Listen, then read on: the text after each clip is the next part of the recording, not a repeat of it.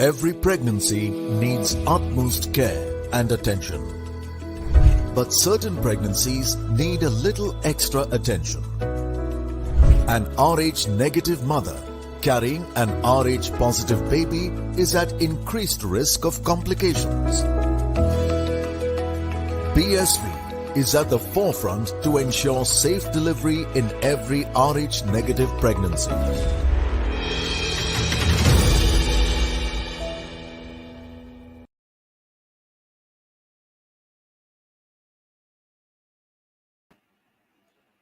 Hello and welcome to the Outside View presented by Women's Crick Zone and brought to you by BSV, Puma, Food and Wellness, MRI Hospitals and MPL Sports Foundation.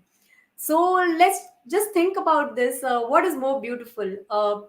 Do the Basin Reserve with sunshine that we saw recently, was it more beautiful, or was the partnership between Rachel Haynes and Alyssa Healy was more beautiful? Of course, it wasn't a start that West Indies would have wanted, but definitely something that Australia aimed. As we said in the pre-show as well, that Australia didn't want anything else other than domination. Close matches, we've seen a lot of them. Probably would see it even today, who knows. But to join me in this discussion, I have alongside me Mohit and Marina. So welcome both of you to the show. So coming to you, Mohit, first.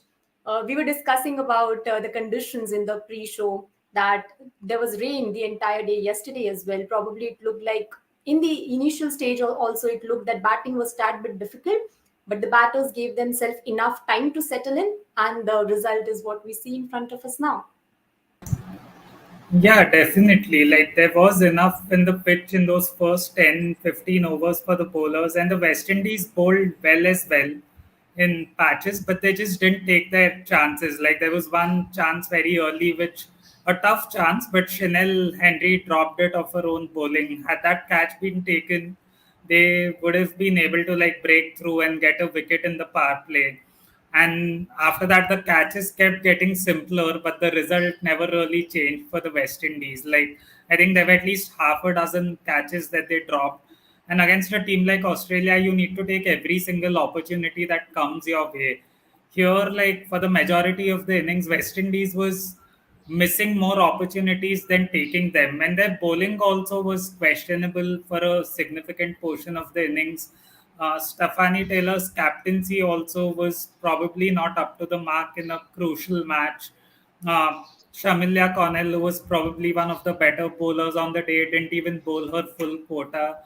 Taylor herself bowled 5 overs despite being very expensive. So, plenty of problems for the West Indies, but at the same time, we need to give credit where it's due, and credit to Alyssa Healy and Rachel Haynes for seeing out that tricky 10-15 over period where there was actually assistance for the pacers as well as the spinners. Because if you saw the way Haley Matthews first started bowling, her first 3 overs went for just 4 runs. And there was a huge degree of turn which she was getting in those first couple of overs. So credit to the batters for seeing out the tough spells and then making hay while the sun shone, literally. So yeah. 306 is a huge total, 45 overs match, and that's what is a mountain to climb for West Indies. Let's have a look at the batting scorecard. Of course, we know that it has been super impressive. Rachel Haynes there, 85. Alyssa Healy, 129. And then we also saw some finishing touches there, a 69-run partnership between Meg Lannon and Beth Mooney as well. Of course, Gardner was sent up the order to get those quick runs, but already Australia had enough on board. Coming to Alyssa Healy, first wicketkeeper from Australia to score a century in ODI World Cup. How beautiful was her innings today, Marina? It was really beautiful. I mean, usually we see her taking the lead role, but today we saw Haynes taking that one. And the best thing about Australia is that they know how to complement each other. Mohit was talking earlier that how Haynes is more stable and more calm, but Haley likes to dominate. But today, when Haynes was doing her job and Haley actually I would say, would struggle to, get quick runs. It took about 25 odd runs for her to get into the double figures. She understood her role. She knew that Haynes is getting runs on the other end. She did not need to dominate. And that's where they are very professional. They do understand. They do not like to, dominate each other. They do understand. They do complement each other. And that's how she started. She started off slowly, which is not her nature, and then actually built up the momentum. And you could see that how at the end she started to dominate and get in her natural role. So I think that it's really beautiful how she actually developed her innings. It was mature, she was patient enough, she understood the conditions beautifully, and then actually targeted her bowlers. Again, uh, I mean, there has been a significant change in Alyssa Healy the moment she took up the spot for opener, and you could see that she does not take any game for granted. That's the thing I've been looking at her, and I've seen how she has developed. That's the best part, and you could see in her interviews as well. She likes and she cherishes that she's getting a chance to open for Australia, and she's making each and every game count. And I mean, today's innings, semi-final, yes, the conditions were initially not, easy, but how she built on her strengths, how she was patient enough. I mean, it's one to learn from, but again, an exceptional innings from her. Definitely. I would just pick that thing from you. That's something to learn from her. Probably the batters out there, the young batters who are watching. It's important to not lose your wicket, just to stay firm when the conditions are not with you, and then eventually go there and build your innings. That's what probably Adisa Healing's innings today told us, Mohit. Yeah, absolutely. Like Marina rightly pointed out, like Rachel Haynes does this almost every time, and this is what we expect out of her.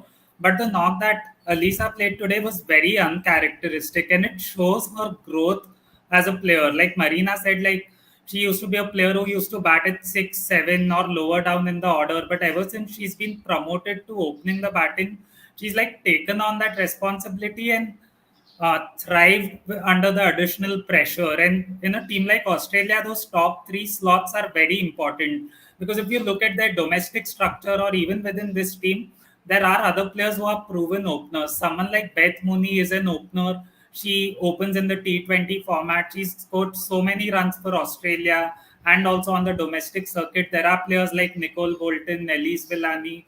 So you have to perform. There's no other option if you are an Australian player batting anywhere in that top order. You have to get runs almost every single time. And Alyssa Healy's done it better than almost everyone while also scoring at a strike rate which is faster than almost anyone else in the game. So that is what makes her efforts even more commendable because she never lets the strike rate go down. Like Marina said today, in the first 30 odd balls, her strike rate was in the 30s. But then after that, once she got her eye in, she targeted specific bowlers. And I think she brought up her second 50 in just 28 or 29 balls. So the transition from Alyssa Healy is what really stood out today. Of course, the journey from the time that she started opening for Australia is something for all the fans out there and the Australian team as well to cherish there. But as you were saying in the pre-show, Marina, that West Indies need to sort of get the momentum and then capitalize on the momentum they receive. But Australia today gave them no opportunity to actually get that momentum in the early stage. Of course, the partnership that came in between Rachel Haynes and Alyssa Healy was something that a start that Australia would have wanted and West Indies would have never thought of.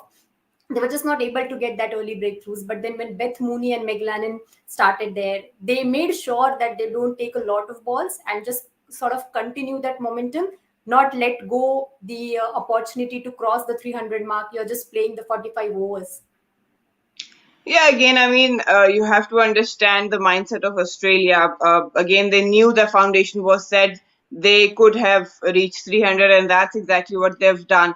And again, you have to give credit to the players coming in late in the innings because they understood that there's a certain run rate set now. The conditions, obviously, again, were not easy, but they knew what their role was. They knew how exactly they should go about the game. And again, you have to I would say again, I mean, there's a lot of credit to be given to Australia as a team because they are not playing as an individual. They do understand where to fit in the puzzle and take up the role. So they came out, Meg Lanning and even Beth Mooney obviously did not take a long time, and they knew that they could target 300 and make a statement. But yes, I think that West Indies again missed out um, on the support probably, and the conditions they could really capitalize on. Initially, I think they were way too short, especially to Rachel Haynes, who likes to stay in her crease and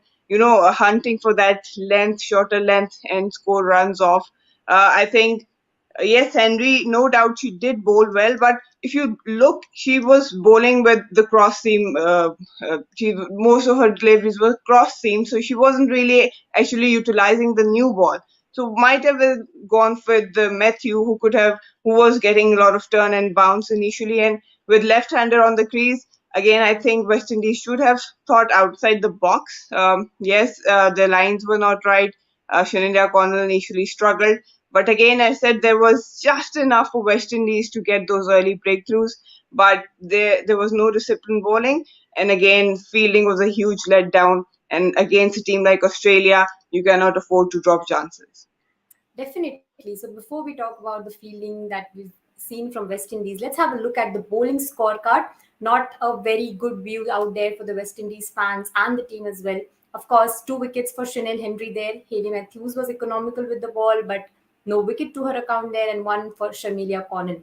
All the experts and all the things that we were emphasizing on was how do you get early breakthroughs, and that's what West Indies fell short on today. And as Marina rightly mentioned, when you're playing against the number one ODI ranked side, you have to make sure that you're at your best game in all the three departments. Fielding was very ordinary today, Mohit. And of course, what do you think went wrong? Of course, Marina pointed a few things for us. According to you, what should have been the plans of the West Indies bowling unit?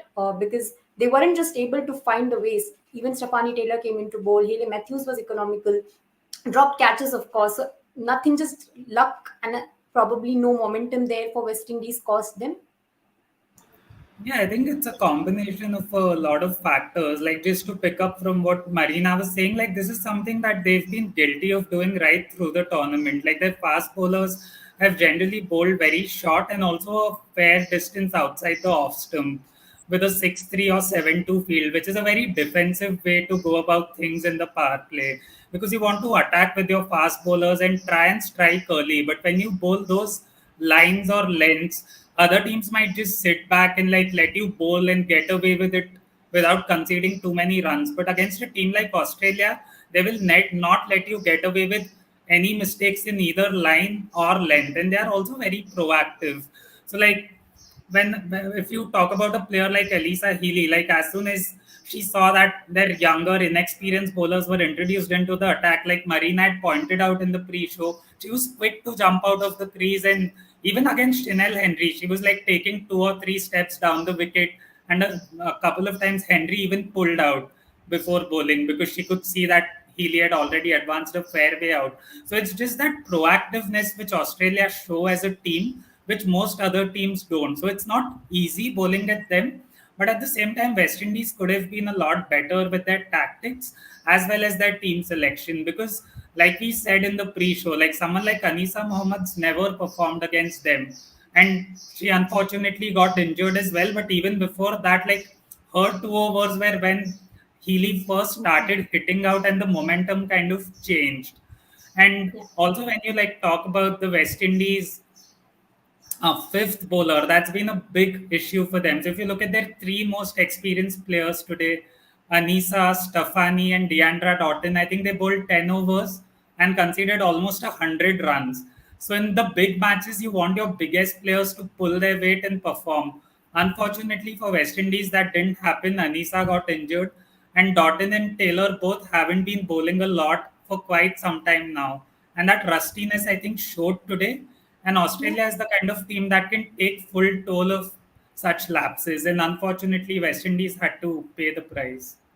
Rustiness, as you said, Mohit, of course, they had a long gap since they played their last game. So, in that conditions, how does it go for a team, Marina? Like, is it a way that you get more time to practice and to think about things, or some with the other way you just lose a lot of game practice or a lot of game time? There comes a gap in a long tournament. How does a team like West Indies look at it? Because probably they played the last game against Pakistan. It was long ago, and then they made it to the semis after India lost the game against South Africa. Was that a factor that we saw on field today? Because once the Australia were all dominating it, we saw a little bit of less intent from them on the field as well.